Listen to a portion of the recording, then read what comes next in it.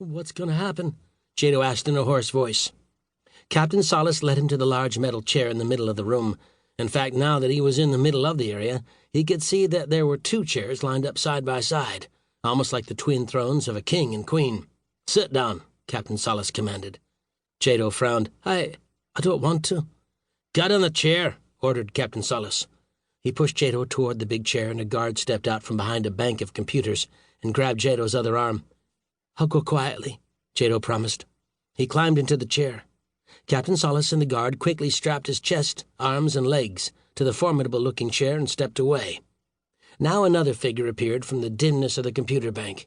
He was a very obese individual with curly red hair and a benign countenance. "Major Groff," Prince Baron asked, "are you ready?" "All ready," Major Groff replied, smiling at Prince Baron and glancing questioningly at Zarkov. "This is Dr. Zarkov," Prince Baron said, almost as an afterthought. Major Groff's eyes widened. "I've heard so much about you, Dr. Zarkov." "I'm sure," said Zarkov, shaking hands. Zarkov's eyes were on Jado.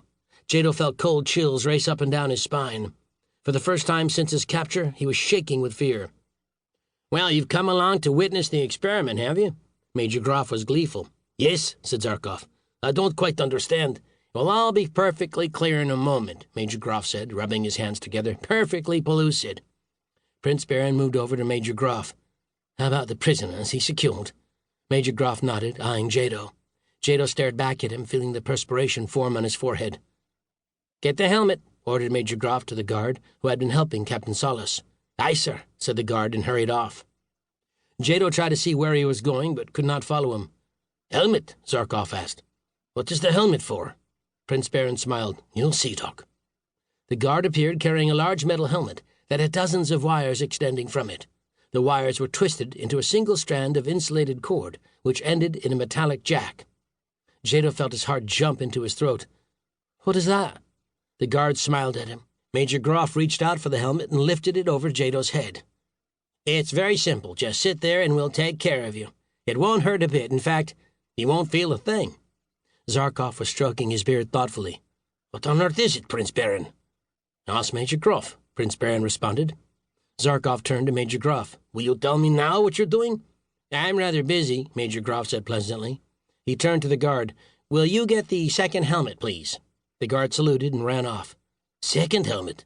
Zarkov repeated, puzzled. "If you please, Prince Baron," Major Groff said with deference, indicating the second metal chair. Prince Baron nodded and climbed into the chair. Zarkov's eyes bulged almost out of his head. "Prince Baron, what is this? Why are you getting into the other chair?" Prince Baron smiled. "It's perfectly all right. Major Groff will explain it once we're under the control of the psychoscope."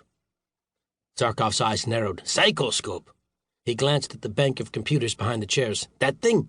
Prince Baron nodded. "That's right, Doc." The guard hurried up with the second metallic helmet and fitted it carefully over Prince Baron's head. "Is it all right?" he asked anxiously. "Yes," said Prince Baron. "No discomfort." "Good," said Major Groff. He hurried behind the chairs, lifted the 2 metallic jacks, and inserted both swiftly into corresponding slots in the computers. Zarkov followed Major Groff behind the chairs, and Jado could not see where he had gone. He was staring ahead, his hands trembling on the arms of the metal chair. Somehow knowing that Prince Baron sat in a chair that corresponded to his made him feel somewhat easier, but it did not totally allay his fears of the unknown. What were they doing to him? What were they doing to Prince Baron? Major Groff came around and stared at Jado. "Are you comfortable?" he asked. Jado nodded. "Will you please tell me what you're going to do to me?" "Nothing at all, really," Major Groff said pleasantly. "You'll probably not even experience the slightest discomfort, and you won't remember a thing." "But—" "Prince Baron?" Major Groff asked, walking rapidly to stand in front of the other chair. "Fine," said Prince Baron. "Good." Major Groff signaled to someone standing in back of Jado's chair. Jado thought it must be Captain Solace, whom he could not see in front of him. There was a humming whir in the machinery behind him. Jado moved about inside the helmet, but found that it was quite light and did not wiggle at all. He could feel a pleasant vibration in the top of his skull, and that was all.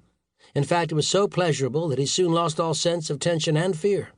He was very much aware of the room around him, of the table of electronic gear in front of him, of the figure of Dr. Zarkov, who stood in front of him, of Major Groff, who stood by Zarkov, and engaged in a whispered conversation with him, of the warm sensation that imbued him from head to foot now. It was like being in a kind of drugged sleep.